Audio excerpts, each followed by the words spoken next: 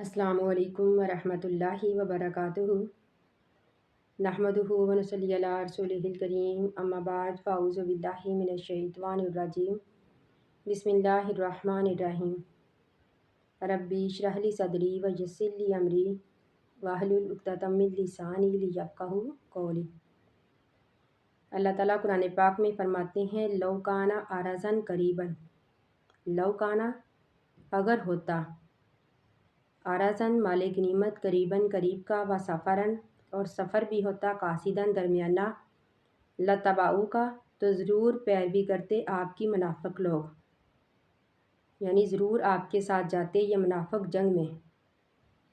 इससे पहले हमने पढ़ा ग़ज़वा तबूक के बारे में कि जब अल्लाह के नबी ने जंग की तैयारी का ऐलान कर दिया तो आपका ये हुक्म बाद मुसलमानों पर और मुनाफ़िकीन पर गिरा गुज़रा, गर्मी की वजह से और सफ़र की दूरी की वजह से।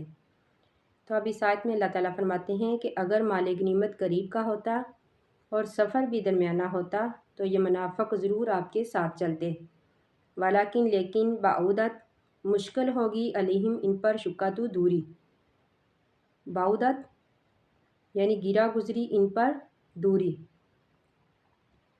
यानी सफ़र की दूरी ने उनको झूठे बहाने तराशने पर मजबूर कर दिया। वसा यहलिफूना, अनकरीब वो कस्में खाएंगे, बिल्लाही अल्लाह के नाम की, लाविस्तताना अगर हम ताकत रखते, लाखरजना तो ज़रूर हम निकलते, माकुम तुम्हारे साथ, युहलिकूना अनफुसहुम, युहलिकूना हलाकत में डाल रहे हैं, अनफुसहुम अपने नफ्सों को, यानी झूठी कस्में खाकर वह अपने आप को हलाक कर रहे हैं। वल्लाहु अल्लाह ताला यालमु जानता है, इन्नहुम बेशक वो लकाज़िबूना झूठे हैं। अल्लाह ताला फरमाते हैं कि अनकरीब वो झूठी कस्में खाएंगे, यानी बहाने तराशेंगे जंग में ना जाने के लिए, यानी सफ़र की दूरी की वजह से वे ऐसा करेंगे। तो अल्लाह ताला फरमाते हैं कि अल्लाह ताला बेशक जानता है कि बेशक वो झूठे हैं। अफ़ल्लाहु, अफ़ा माफ़ कर दिया, अल्लाहु अल्लाह ताला ने, अनका आपको, लिमा अज़िनता क्यों आपने इजाज़त दी, लाहुम उनको, हत्ता यहाँ तक के यतबय्यना ज़ाहिर हो जाते, लाका आपके लिए, अल्लाज़ीना वो लोग, सदाकू जिन्होंने सच कहा, व तालमा और आप जान लेते, अलकाज़िबीना झूठों को, यानी हमारे नबी सल्लल्लाहु अलैहि वसल्लम ने उन मुनाफिकीन को इजाज़त देने में जल्दी की। इस बात पर अल्लाह ताला ने आपको तंबीह फरमाई, लेकिन अल्लाह ताला की इस डांट में प्यार का पहलू भी शामिल है। अल्लाह ताला ने गलती से पहले माफ़ी का ऐलान कर दिया। अल्लाह ताला ने तंबीह इसलिए फरमाई क्योंकि आप नबी अकरम सल्लल्लाहु अलैहि वसल्लम ने फ़ैसला करने में जल्दी की।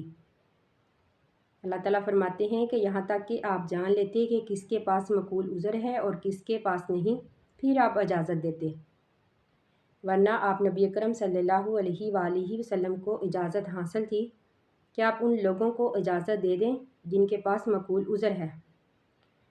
तो अल्लाह ताला फरमाते हैं, ला यस्ताज़िनुका, नहीं इजाज़त मांगेंगे आपसे, अल्लाज़ीना वो लोग, युमिनूना जो ईमान लाते हैं, बिल्लाही अल्लाह पर, वल यौमिल आखिरी और आखिरत के दिन पर, अन युजाहिदू ये कि वो जहाद करें, बी अमवालिहिम अपने मालों के साथ, व अनफुसिहिम और अपनी जानों के साथ, वल्लाहु अल्लाह ताला अलीमुन जानता है, बिलमुत्तकीन परहेज़गार लोगों को।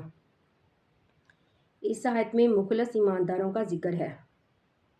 अल्लाह ताला फरमाते हैं कि जो अल्लाह पर ईमान लाते हैं, आखिरत पर ईमान लाते हैं, उनकी तो ये आदत है कि वह नहायत ज़ौक़ व शौक़ से जहाद में बढ़ चढ़कर हिस्सा लेते हैं, यानी मुखलस ईमान वाले इस तरह नहीं करते। इन्नमा बेशक यस्ताज़िनुका इजाज़त मांगते हैं आपसे, अल्लाज़ीना वो लोग, ला युमिनूना जो नहीं ईमान लाते, बिल्लाही अल्लाह पर, वल यौमिल आखिरी और आखिरत के दिन पर, वरताबत और शक में है, कुलूबुहुम इनके दिल, यानी उनके दिलों में ईमान जो है वह पुख्ता नहीं है। वरताबत शक में पड़े हैं, कुलूबुहुम इनके दिल, फ़ाहुम पस वो, फ़ी रैबिहिम अपने शक में, यतरद्ददून बहकते फिरते हैं। यानी इस आयत में अल्लाह ताला ने उन मुनाफिकीन का जिक्र किया है जो अल्लाह पर और आखिरत पर ईमान नहीं लाते। اللہ تعالیٰ فرماتے ہیں کہ آپ سے صرف وہی لوگ اجازت مانگیں گے جن کا ایمان پختہ نہیں ہے، یعنی جن کا دل ایمان کے بارے میں شک میں ہے۔